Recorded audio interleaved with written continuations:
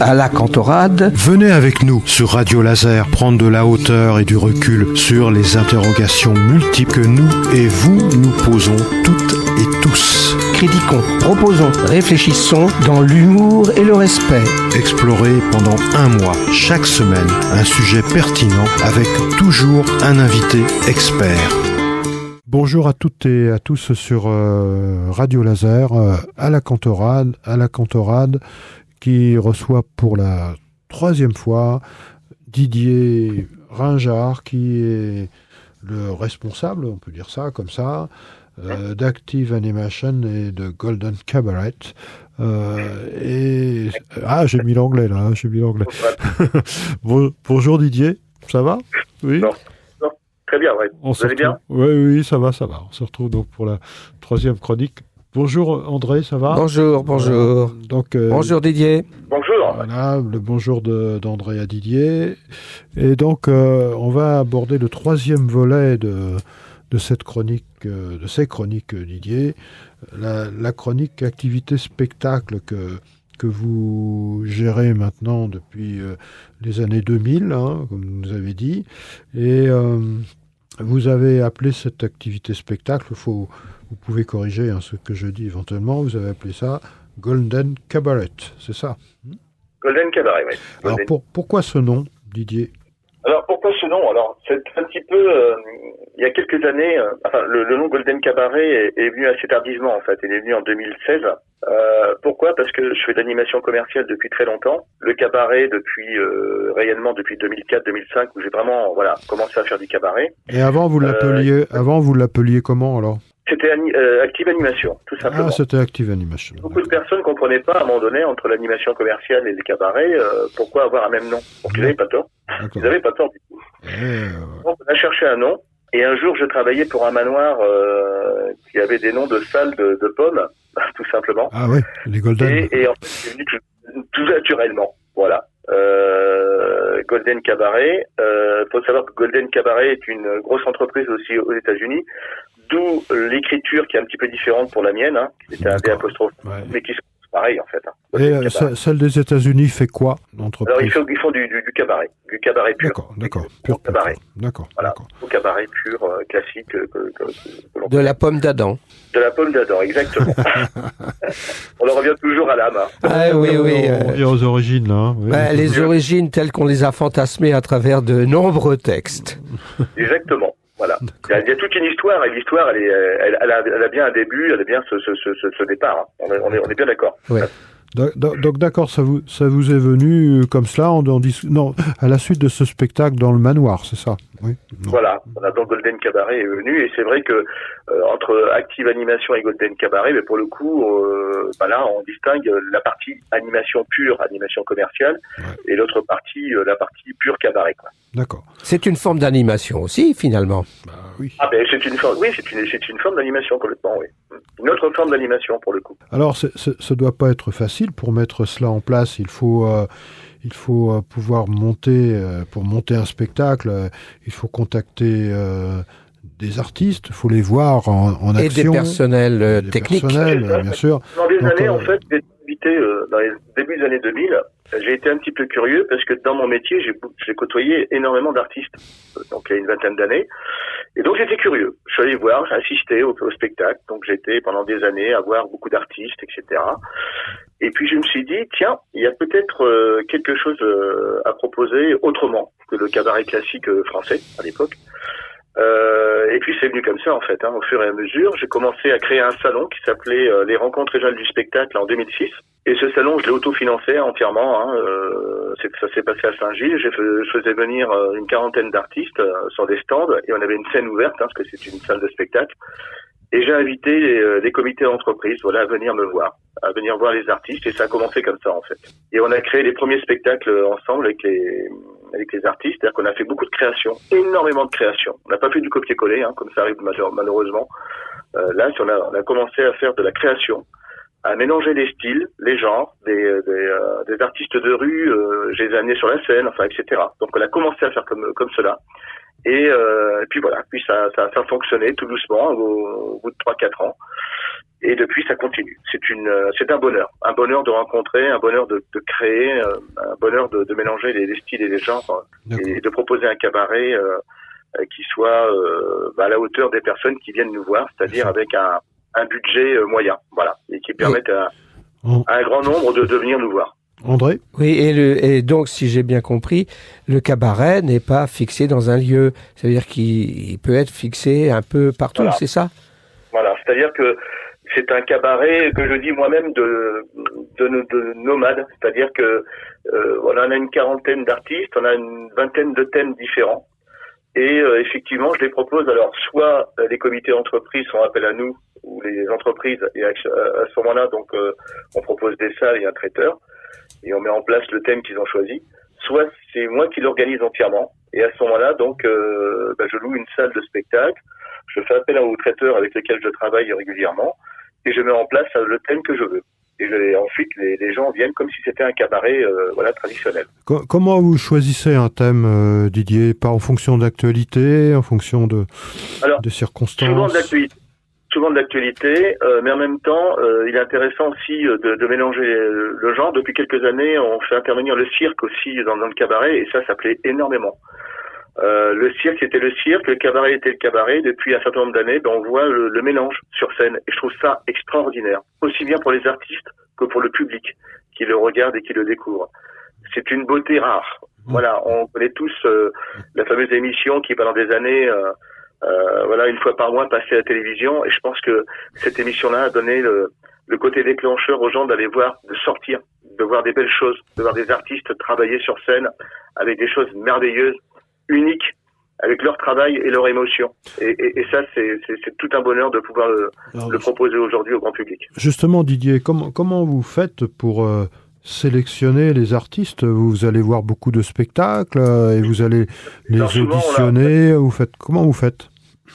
Alors, moi, je suis gourmand. C'est-à-dire que j'aime bien voir aussi les spectacles, voir un petit peu comment ça se passe. On a beaucoup de vidéos qui sont envoyées par des artistes aussi, qui nous envoient des vidéos.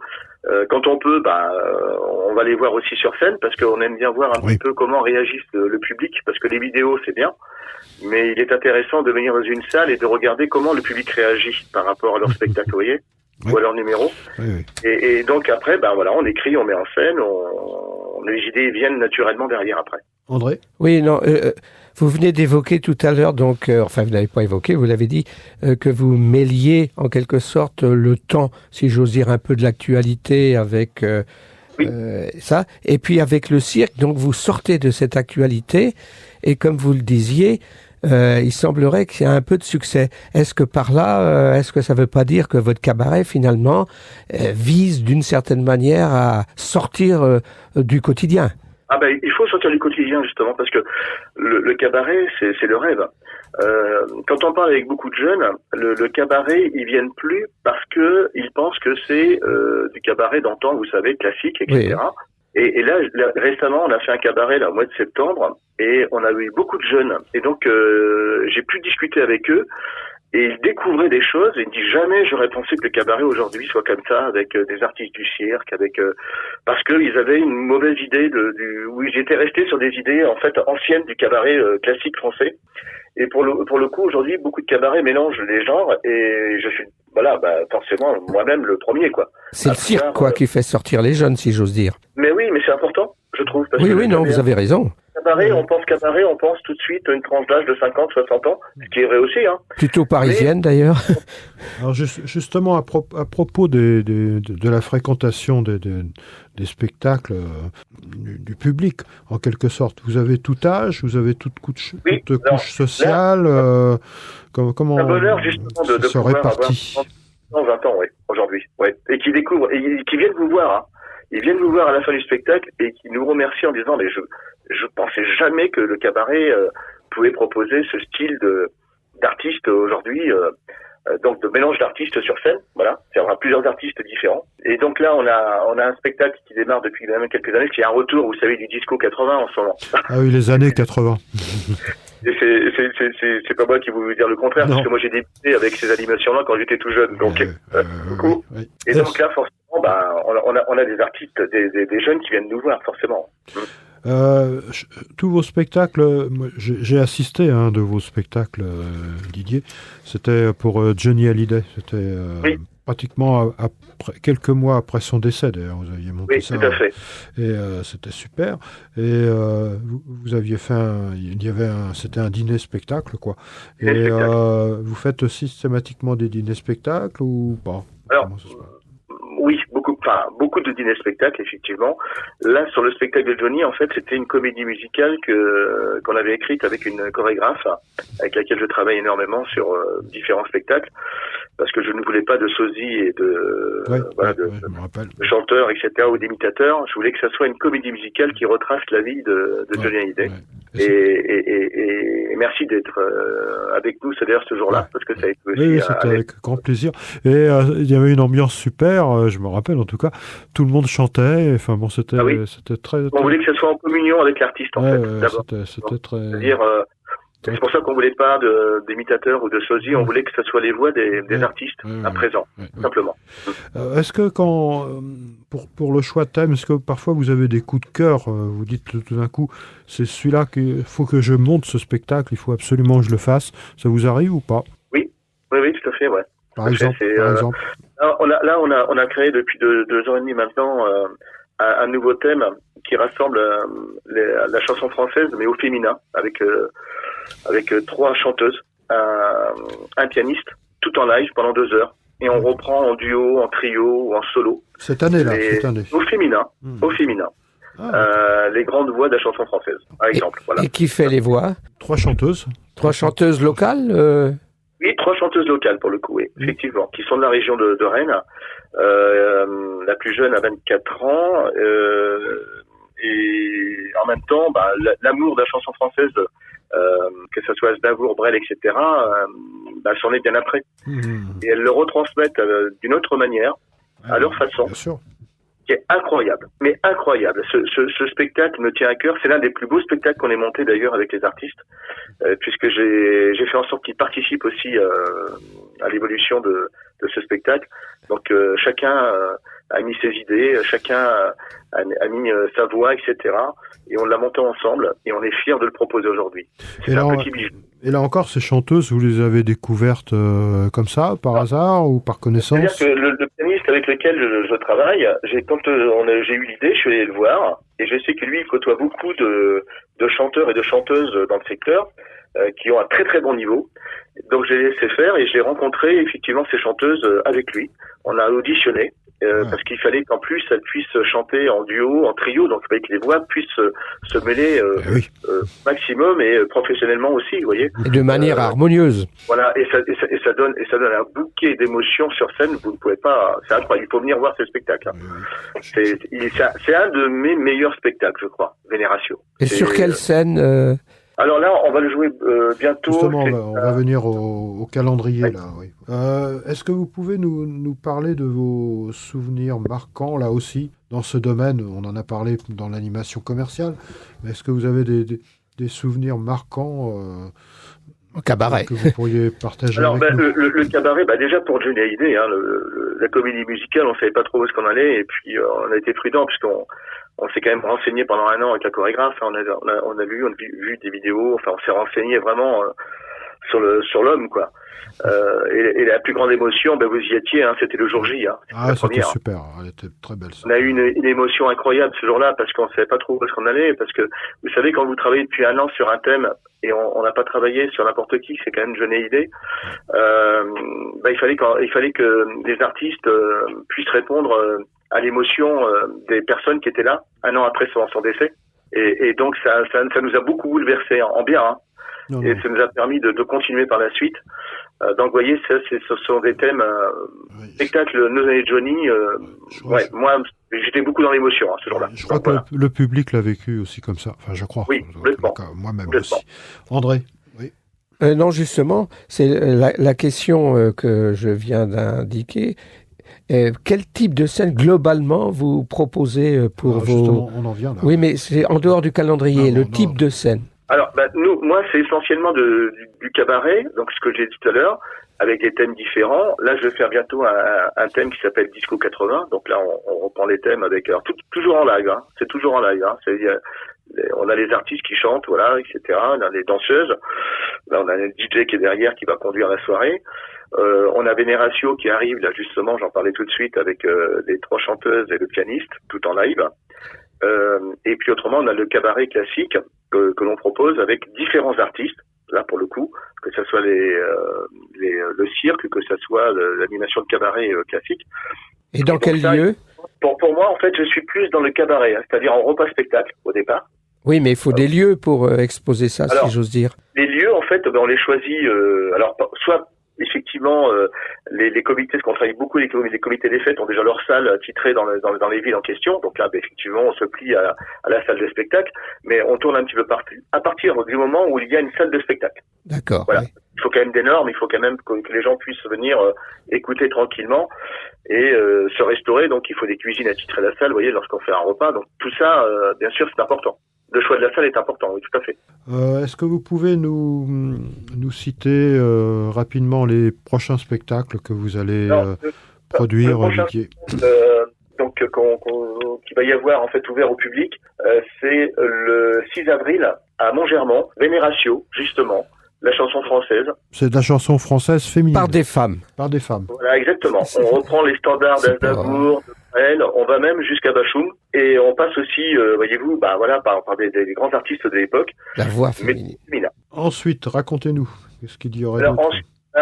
J'ai 2 cabarets. Alors, je parle bien sûr des cabarets ouverts au public, hein. Oui. J'en ai un le 25 mai à côté de Pont-Orson, pour le coup, qui reprend là les standards de Disco 80 en repas spectacle. Donc là, les gens viennent. Alors en plus, je peux vous dire que le 26, on n'a pas fait exprès au départ, c'est la fête des mères. Donc s'il y a un cadeau à faire, c'est sûrement forcément le bienvenu. Ça s'appelle Disco 80, c'est un repas spectacle, et ça va être au cabaret Saint-Michel, voilà, qui va nous recevoir pour l'occasion, pour la formule Disco 80 aussi. Et oui, continuez. Le 1er juin, idem, parce que ce spectacle-là est énormément demandé actuellement. On refait Disco 80 et ça va être à Châteaubourg. Vous voyez, la salle de spectacle de Châteaubourg. Pareil, dans les mêmes conditions, c'est un repas spectacle. Et c'est une association donc qui nous a demandé de venir aussi pour eux pour le 1er juin. Voilà, donc tout ça se trouve aussi sur nos sites, hein. Vous allez pouvoir retrouver... On va indiquer à nos auditrices et nos auditeurs mettre les calendriers. Le calendrier et le contact, plus exactement. Hein. D'accord. Il y en aura d'autres à venir après, les mois après, mais voilà, l'idéal c'est d'aller sur le site internet. Oui, je crois que le mieux. Le site internet, il est facile comme tout, c'est goldencabaret.com. Golden comme la pomme, cabaretattaché.com. Et là, vous avez toutes les dates. Enfin, on demande souvent à nos invités quel message vous aimeriez leur délivrer. Est-ce que vous aviez réfléchi? Est-ce que vous avez un message? Le bonheur, c'est de sortir. Alors, vous allez me dire, le bonheur, c'est de sortir, c'est toujours un coût. Mais nous, on fait en sorte que le coût soit à sa juste valeur pour les concerts ou pour les cabarets que l'on propose. Et c'est vrai que je trouve que on sort de plus en plus avec tout ce qui vient de se passer là depuis quelques années. C'est un bonheur de pouvoir sortir en famille, si l'on peut, mais aussi entre amis. Et on voit de plus en plus les gens sortir. Donc c'est vraiment un grand bonheur de pouvoir faire aussi que notre métier puisse faire passer des grands moments de plaisir, en tout cas, à ceux qui veulent sortir et venir nous retrouver, quelle que soit la profession, bien évidemment. Mais je trouve que si là, les gens peuvent venir nous retrouver et venir nous regarder, nous jouer, voir un petit peu et apprécier bien sûr ce que proposent les artistes, c'est vraiment le bonheur partagé à ce moment-là. Vous voyez, c'est très important dans nos métiers. Partagé. On ne serait pas là s'ils n'étaient pas là, les gens. Hein. Voilà, faut pas se voiler la face. Hein. Si on est là, c'est parce que le public est là. Oui. Et ça, c'est très important. Et d'ailleurs, je peux que les remercier, tout ce public, parce que c'est vraiment toujours du bonheur partagé. Oui, on vous comprend, Didier. André? Oui. Oh, juste, j'ai noté, qui me fait, deux choses ou trois qui sont intéressantes à regarder de plus près. Vous dites en famille, entre amis. Ça veut dire que d'une certaine manière, vous recréez des communautés sortir, qui se réunissent, qui se créent finalement en dehors de la vie commune, c'est-à-dire le contraire du Covid, quoi. Le Covid, on est en famille, mais parfois on se tape dessus, mais il faut que la famille sorte pour qu'elle se tape pas dessus, quoi. Là, on vient partager un bon moment ensemble, voilà, un très bon moment à l'extérieur, ensemble. Ouais. À l'extérieur, et on se change les idées à l'extérieur, on passe un bon moment. Voilà, c'est-à-dire on se projette sur de la bonne humeur, sur un bien-être. Et ça, c'est tout le bonheur qu'on puisse proposer au public, quoi. Si déjà on fait passer ce message, ben pour nous c'est super gagné, quoi. Voilà, vous voyez ce que je veux dire. C'est nous, on a nos métiers, c'est quoi? C'est du bonheur, quoi. C'est que les gens, quand ils ressortent des salles de spectacle, ils se changent les idées pour longtemps dans leur tête. Voilà, voyez-vous, pendant quelques jours, ils vont en parler, ils vont échanger en famille, entre les amis. Et puis ce message-là, en fait, on va le revoir après. Et d'ailleurs, souvent, les gens nous disent « Ah, ben on a été à votre spectacle l'année dernière, et regardez, on a des amis qui sont avec nous aujourd'hui. » Et ça, c'est le plus grand bonheur qu'on puisse partager, voyez-vous. D'accord. On va conclure cette émission, Didier. Et donc, moi, je dirais simplement que, éventuellement, André et vous-même, vous pourrez compléter, que finalement, animer, c'est faire plaisir. Et c'est aussi encourager de donner de l'harmonie et de créer du lien, de donner de la vie, tout ça dans le plaisir. J'ai repris simplement les paroles que vous venez de prononcer. Et donc, tant au niveau des animations commerciales d'ailleurs, quelque part, oui, vous aussi, êtes pareil, dans l'empathie, que et vous faites quelque part un peu un spectacle, si j'ose dire, quand vous faites une animation commerciale. Oui. Exactement, oui. Et puis, bien sûr, donner des spectacles d'exception, comme vous le disiez, avec la famille, avec les amis, créer du lien, c'est tout ce que l'on cherche, et donner de la vie. Voilà, la vie, c'est le mouvement et c'est l'échange. Oui, et comme vous le faites, vous nous invitez à sortir du quotidien finalement, mais sortir physiquement même. Oui, tout à fait. En tous les cas, merci beaucoup Didier pour avoir partagé avec nos auditrices et nos auditeurs 1 heure au total finalement, un peu plus d'1 heure. C'est un réel plaisir de partager cette activité avec vous. Un grand plaisir. Donc on va mettre sur le site l'information pour le contact, que vous avez dit d'ailleurs, mais on rappellera à nouveau. Et on vous souhaite une très très bonne continuation. Et bien sûr, au plaisir de se revoir, Didier, prochainement. Avec grand plaisir de se revoir. De toute façon, on va se revoir forcément. Absolument, forcément. On vous souhaite à toutes et à tous un très très très bon week-end. Merci encore Didier, merci André. On va se remercier au aussi. Revoir. Il y a 2 mots dans revoir. Il y a voir. À se revoir, oui. À voir, c'est parfait. À bientôt Didier. Merci. À bientôt.